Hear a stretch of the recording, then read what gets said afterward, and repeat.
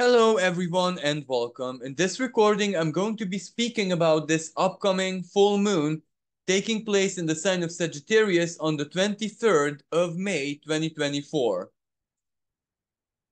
This full moon takes place at 2 degrees and 55 minutes of the Gemini Sagittarian axis because every single full moon is an opposition of the sun and the moon. So, this is why I would rather use the axis than just the sign of Sagittarius.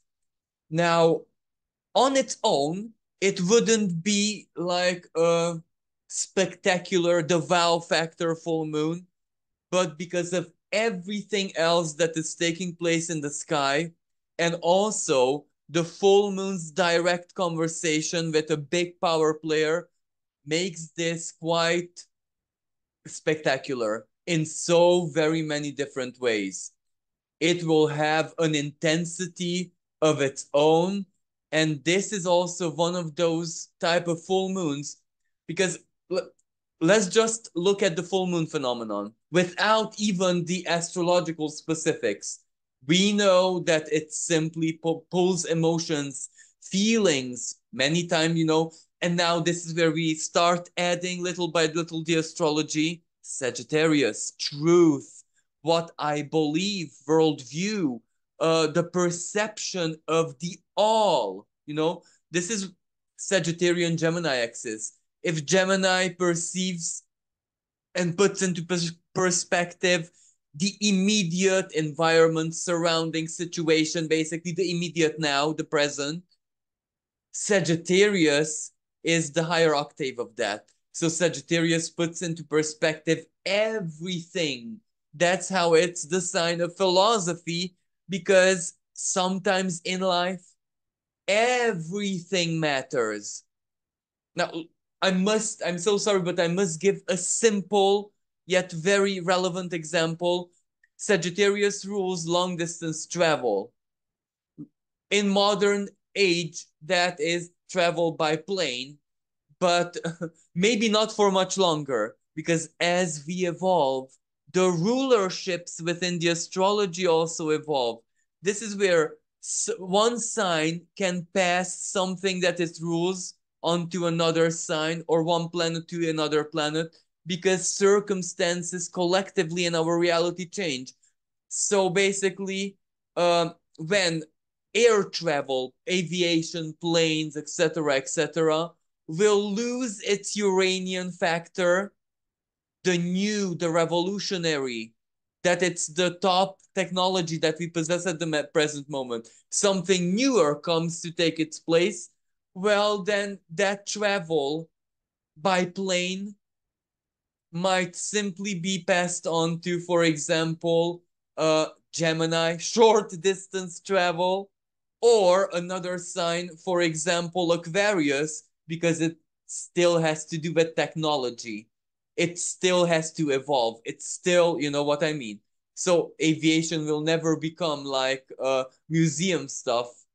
As an industry, it will simply evolve. But a part of it, a certain expression of it, can be passed on to another sign for whom it is way more relevant in the present. Thank you for this. So sorry. So this is how, Gemini Sagittarius axis. Someone who never ever traveled by plane gets on a plane. Well, that is where their perspective and everything widens, and not out of necessarily a choice, but necessity. Because that person will have to face their fears, what they think about air travel, the other country where they will land, etc., etc., etc. So many thoughts that are not the immediate reality, and that person wouldn't usually put into perspective like that. So you see the axis, how the symbolism upgrades itself, evolves, becomes the higher octave of something.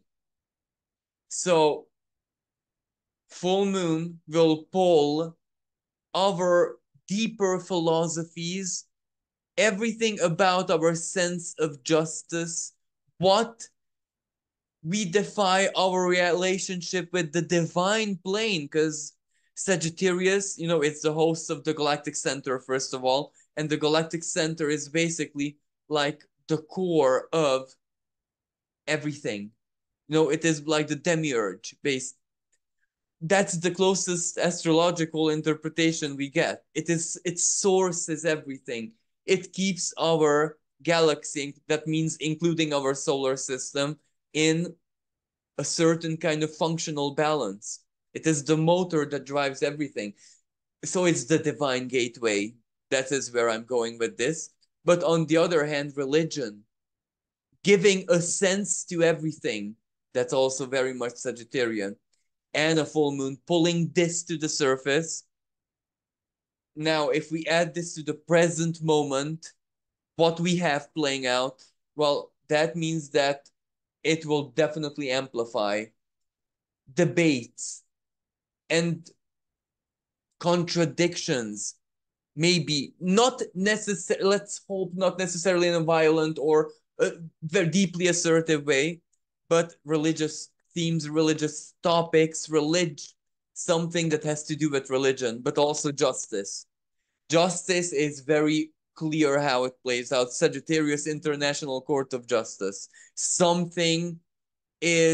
A verdict is uh, being delivered, and it will see daylight, full moon, the revelatory quality to it.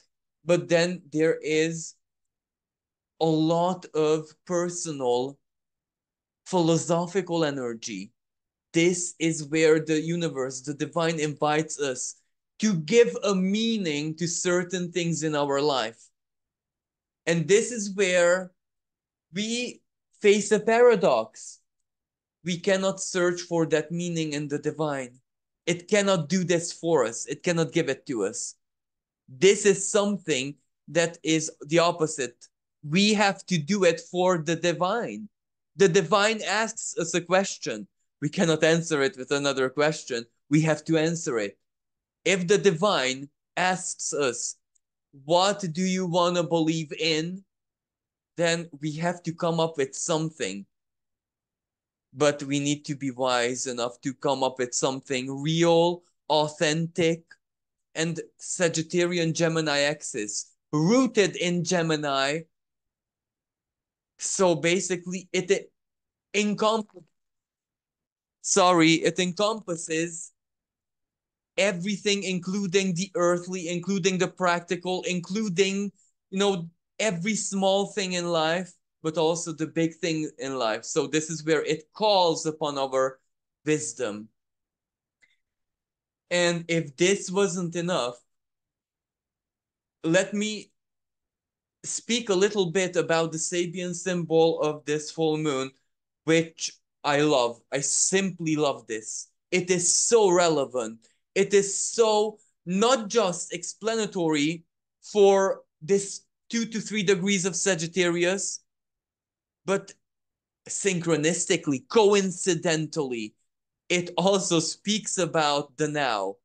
And you can imagine the Sabian symbols were channeled a lot of years back, so the channeler could have not known what happens exactly in 2024. So the Sabian symbol is two men playing chess. This might be simple, but so symbolic. On one hand, two men. Men is very important here because the energies are deeply masculine now. And chess usually calls upon so very element of the divine masculine, but in a rather disciplined, harmonious, intelligent, but also fair, just way. The other thing is, it also needs the divine masculine to have a very strong access to its feminine side, intuition. They need intuition. They have wisdom. They have intelligence in a very simple sense, simply to figure stuff out. those are very masculine traits, but that's not enough. They need the intuition and sometimes the deeper gut feeling of the divine feminine in order to succeed. What they do not need is the divine masculine type of deep gut feeling, the aggression, the anger, the obsession of wanting to win, conquering your opponent, humiliating your opponent. And look at in nature when two males fight. It's at some species okay, it's honorable, it's okay, but there are other species where it's either to the death or it's very dishonorable. And sometimes even the dishonor comes even from the loser or or sometimes some cheat. There will never be a fight because if one cheats, they become the victor instantly. So that is what they have to discipline, suppress, not express, alchemize, if you will. And also chess means the tactics, the Pallas Athena in all of it. Pallas Athena so happens to oppose Venus and Jupiter. So that is very, very relevant because Pallas Athena is in Scorpio, 27 degrees of Scorpio, and she has a lot to do with tactics, with intelligence, the use of intelligence, the use of knowledge, but also the, how should I say, the discernment of when tactics and wisdom is not gonna do anything, only sheer force and Mars like stuff, you know what I mean, is the answer. Knowing when the difference when they have to be used, which has to be used when, that's a massive advantage. And the ability to actually judge the situations correctly, that's so much Pallas Athena. And that is a huge power. However, it's an opposition, which means that Pallas Athena in Scorpio is the complicated, you know what I mean? The tactics, the small details, the nitty gritty. But that means a lot of power and attention, and all of this has to be used. And chances are there's no time for that. But then there is Venus and Jupiter in Taurus, and erratic also. Nature or improvisation can be the solution. So anyway, what does all of this have to do with the full moon in Sagittarius? That whatever it will pull to the surface might surprise us, and it might be something that we always felt deep, deep within us, Venus and Jupiter, the two benefics together, but they're aneretic in Taurus. So it's either like something that is deep within our instincts, either something that we love, something that we always believed in but couldn't prove it, something that our soul called to it, our hearts, our values, or our nature, our very nature called to it. A deeper part of us, as I said, called to it. We might see that one way or another play out in our lives, or something might build on that, or it is exactly that deep core, whatever faith or sense or love or whatever it is, that comes to be understood by us in a way it was never ever before. And this is also part of the grand puzzle of our lives that we're trying to solve right now. So the big picture, but at the same time, part of our evolution. And this is just something that is philosophical, and still the impact that it has is massive. So the chess. But there is another element to the chess game. On one hand, you have to get to know your opponent. You have to use your empathy to put yourself in your opponent's place and think like that. So the anticipation, this is so much supported by Pluto in the sign of Aquarius, retrograde. Why? Because Pluto holds a trine, and quite a tight trine with the sun, which means a sextile with the moon. That is beautiful. That is a very powerful, mystical, alchemical energy, because it gives power, it gives truth, it gives knowledge, it gives awareness of a situation from more than one perspective. And if we correlate this to Sagittarius, imagine if our worldview would expand, broaden that very much, that we would be able to include that which we were blind to until this present moment. For example, the situation of another, or the situation of the opposite what we believe in. So important and interesting, because understanding the opponent, or understanding the opposite, understanding the other side of the coin, many times is more valuable than understanding our deeper beliefs. Understanding one implicitly means understanding the other. Knowing darkness is having light strengthened that much more deep within you, because in darkness you really need to shine to preserve yourself and to be untainted, and vice versa. Darkness also has to know how light operates in order to have a chance against it, because their opposition, their duel, let's say, is not fair, because light always triumphs by divine rule. But simply imagine you shine a candle in the darkness.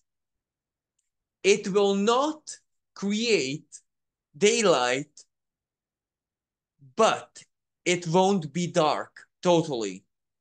So this is where, no matter how small the candlelight is, it still illuminates. Maybe not sufficiently. We can, criticize it, but it still illuminates. So this is where light is still light. This is why darkness is has to be very intelligent to stand a chance, to stand the small chance. It has to many times outsmart light. But at the same time, light is light. All it needs to do is amp up itself, and it will immediately triumph. This sounds so easy, but we live in times when it's so very hard. Especially that many times, as I said, dark, or the not sacred, anti-sacred, let's call it like that. If it mimics light, how will we know the difference? It outsmarted us a little bit, but it's okay. We have inner light, baby. And that is literally inner light, because our neurons have electrical impulses. That's light. That's real light. I'm pretty sure it can be made visible under, I don't know what kind of scopes or x-rays or something, but that's light. That's real light. And if we charge it with our belief, Sagittarian full moon, we get what we want, really. We shape reality. That's simple.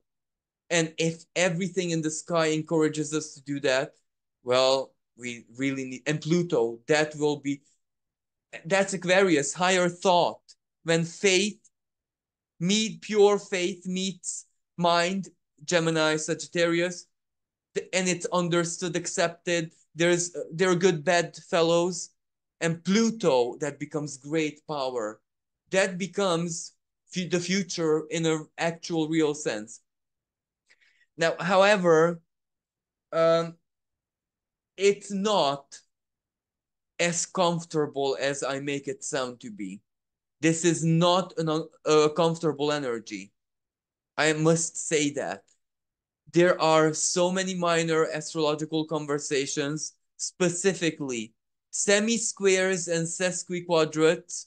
So variations of the square energy, really, which make it uncomfortable, make it challenging. True belief will come with a lot of doubts and test the faith. You know what I mean? Doubts, doubts, doubts, doubts. As Nadia Shaw always says, healthy faith questions itself. Expect that. But also expect clarity, wisdom, personal power. What you believe is what you get. The more pure and stronger your belief is, the stronger your reality, how it will mirror in your reality will be.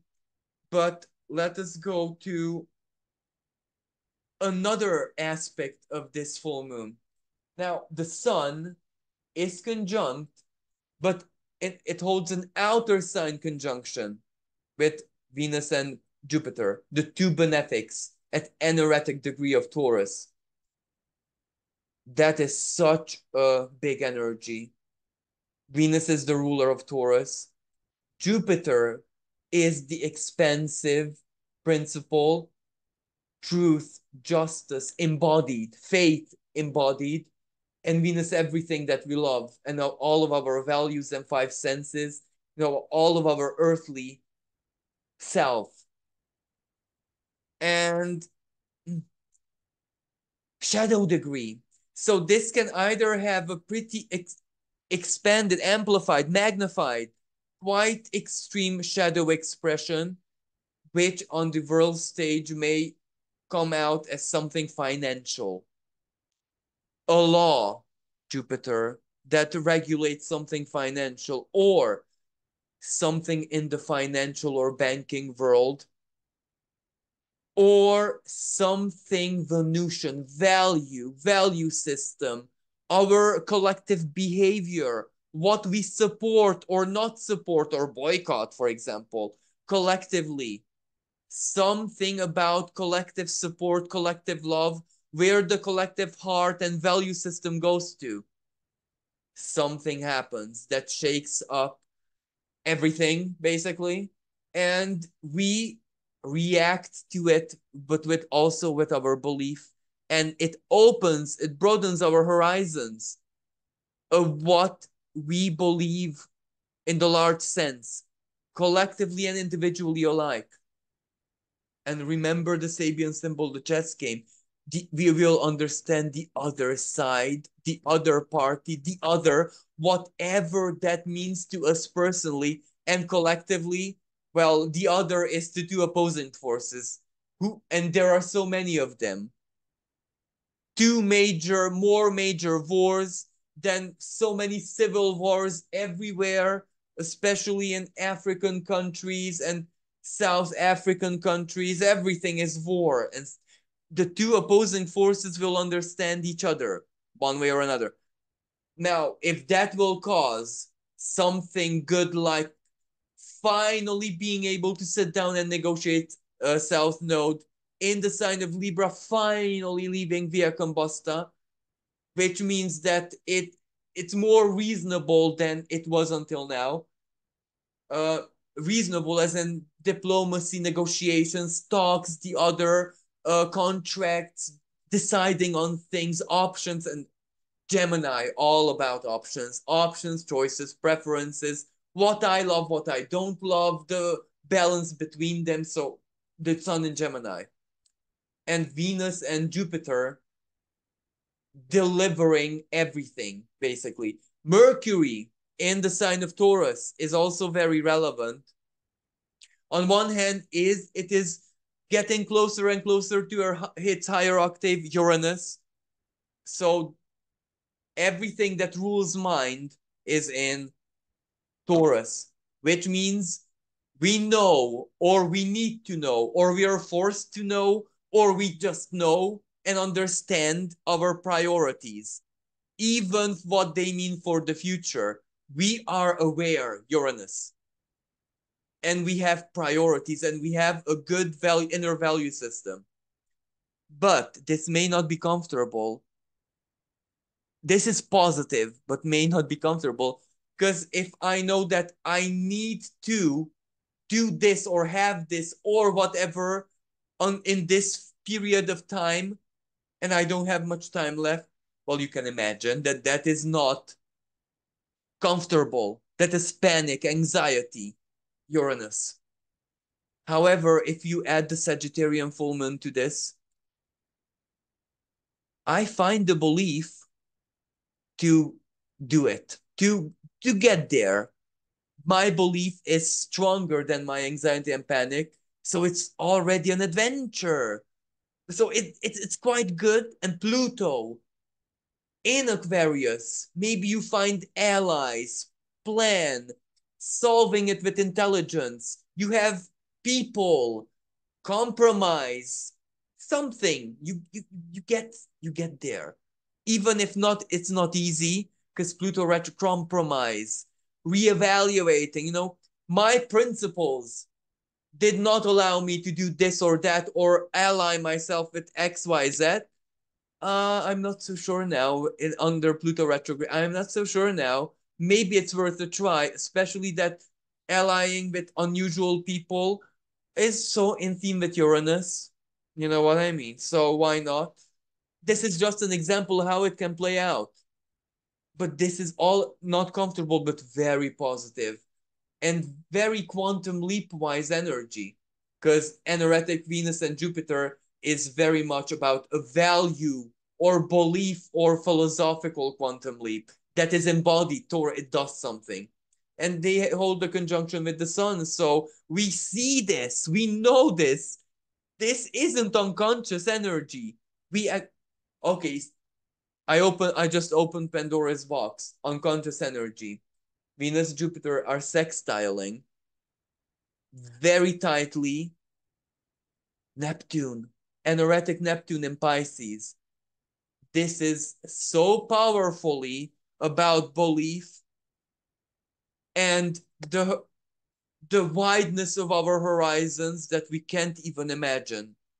Like, if we get this right, then basically this is where something that we want manifests the way we want.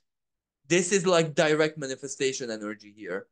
But the requirements for it are very high, because one is a very, very wide horizon and non-judgmentalism, and to believe in something strongly and passionately. These two are not good bedfellows, if you know what I mean. These two, because if you're very, very non-judgmental, that means your fire is not burning in a very extreme way. You're cool, you're chill, so to speak. But that's literal. The flames of your faith are not maximum. But how do you obtain the flames of your faith being maximum, but also being chill out? Pluto will show you the way. Uh, so there's an invisible power player between Venus, Jupiter, and the Sun, and that is Sedna at 0 degrees of Gemini. Freshly went direct back. Sedna, I do believe in this sense, will represent us understanding sacrifice like never before. Sedna is ultimately a sacrificial energy. But what does it mean in a deeper sense? What does sacrifice mean? Well, let me tell you in a collective sense what a lot of people died for. And I'm so sorry to be this stark and vulgar, even, but literally that's what it means. What our ancestors, or how this actual sacrifice of people if they died for a principle or for something, let that do something good for us, basically. But work, efforts, the energy people invest in, all of that is sacrifice. What will a long-term sacrifice, what effects will it produce soon? But if we go individually, that can take so very many expressions. What is sacrifice for us? Is it our patience? Is it our attitude? Because Sedna went direct from Taurus. So this can represent something that we have been, of course, on a deep instinctual level that we couldn't control, rigid or very, very stubborn about something. We couldn't let something go. Now we not just let it go, but we build on that. That changes, that transforms. From Taurus enters Gemini, the realm of the conscious understanding, speaking about it, researching it, learning it, using it. Gemini, you know. And Sedna is very, very important in this equation because we will get to understand and look at something and be aware of something, something very important for us, and chances are very important ever since our birth, so to speak. So it's either a principle or something specific in our life stories, or a talent, or something inner, or a faith, or something that we loved, or anything, like literally anything. We get to understand that it gets out of the closet. Something from within us is actually out of the closet. That doesn't mean we necessarily reveal it to other people, but in relation to ourselves is out of the closet, and that changes everything. And the closet doesn't have to only contain skeletons or bad things, but something that we could not comprehend. We had no choice but to lock it because we didn't understand it, or we were shy about it, or we weren't ready, or procrastination. For whatever reason, it had to stay in the closet. Now it's out. Understood and seen and felt. So this Neptune adds the magic. That Neptune can even add the miracle. That Neptune can add that whatever manifests or is acknowledged or is used by you transforms, it's released, it's completed. Because Neptune will, it in 2026, of course, move into Aries. That's not just a new ground for Neptune, but a new cycle in itself. The zodiac begins with Aries. So that is infinitely relevant and important, but I'm not going to speak about that right now. You understand, but right now, so it has to complete whatever it needs to do in Pisces. It will still have chances in 2025. It will leave Aries and come back to this 29 degree, but even the now is a fantastic chance because we will not have the sextile, the exact sextile with Venus and Jupiter, with a full magical full. And this is true magic. This is like magic. This is quantum. This is where reality is just a clay or a hologram, or call it whatever you want. This is where it will blow our minds. So we kind of understand the miracle, the fantastic, the big dream.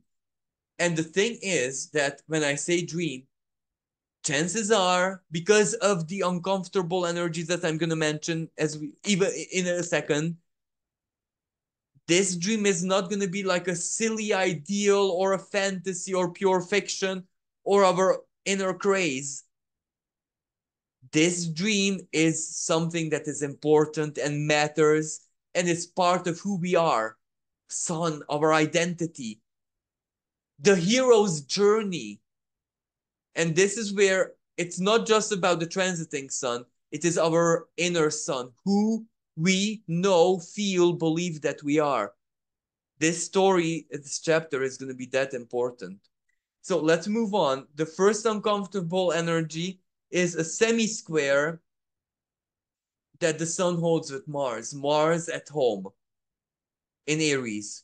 Still very widely conjunct, waning conjunction with the North Node, so the heat is on.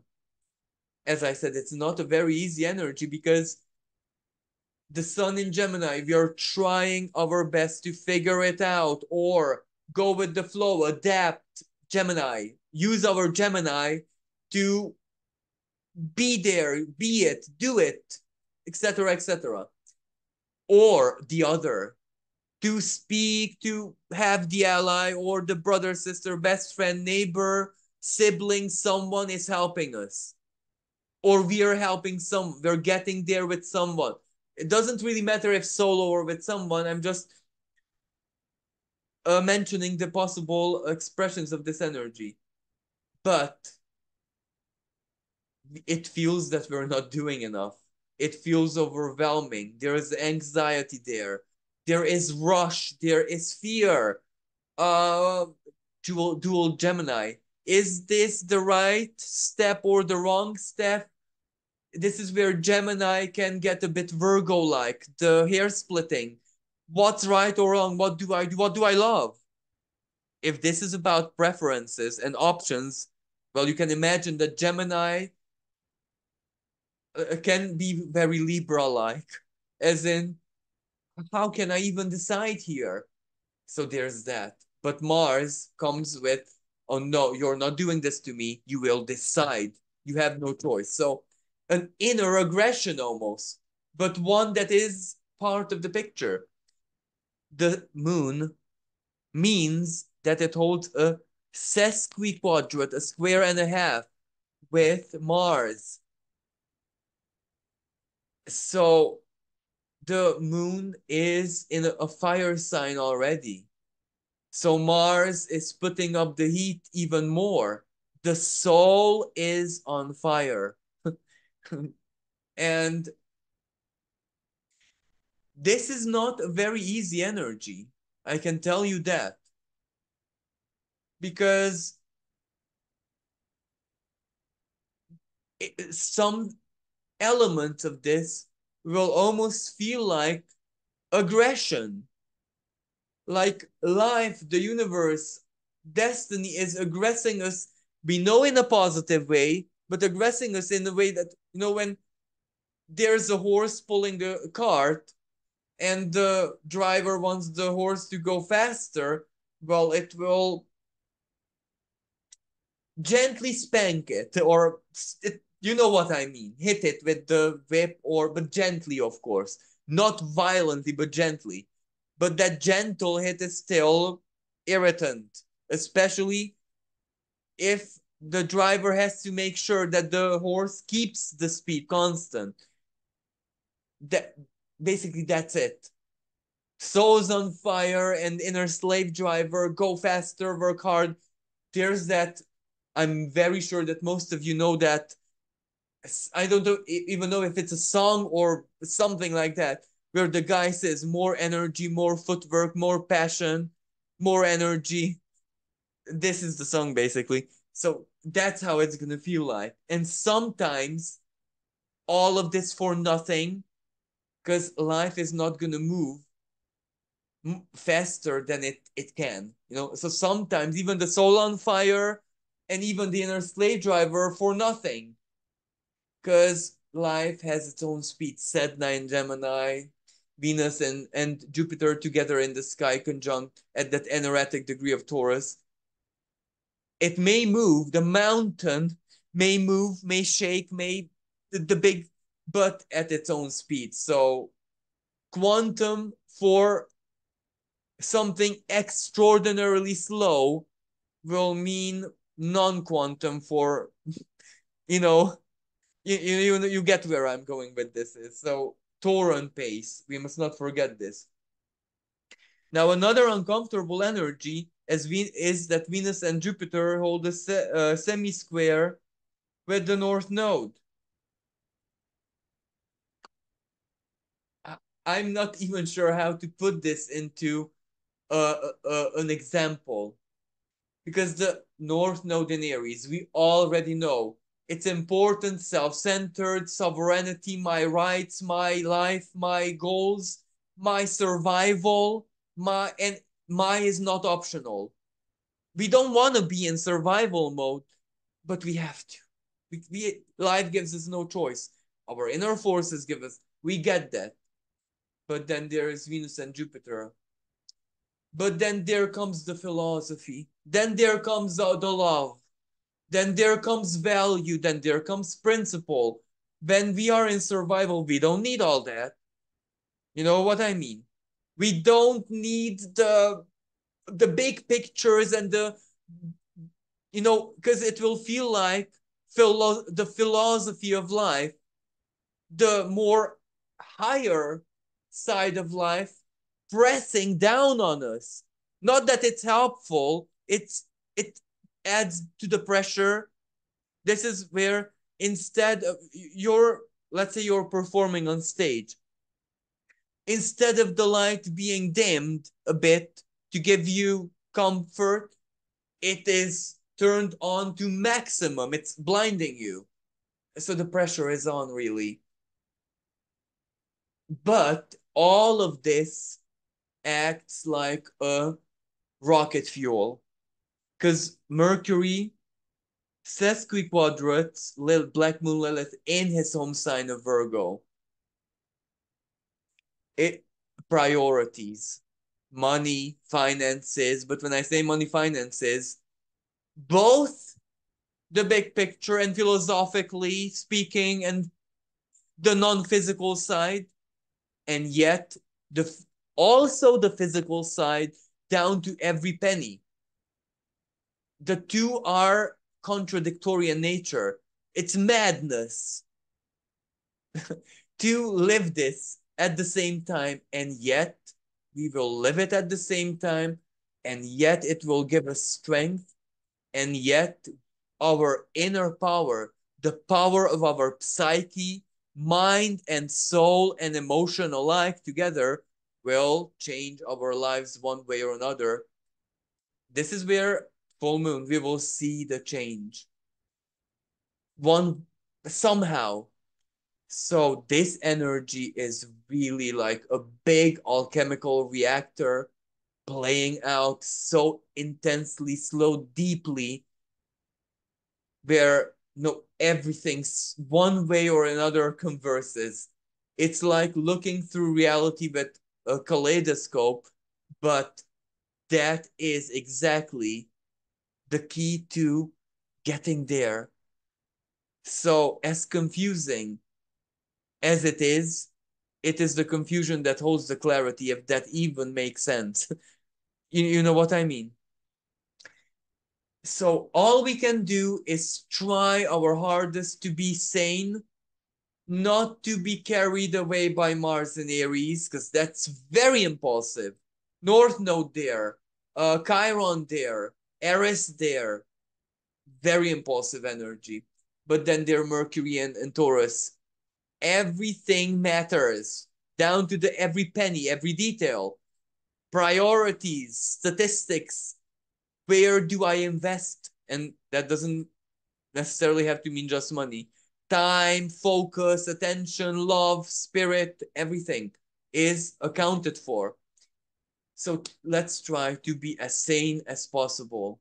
So thank you so much, everyone, for listening. I'm really sorry to make this so complicated, but this energy is going to be a big game changer. So thank you, everyone. Until next time, bye for now.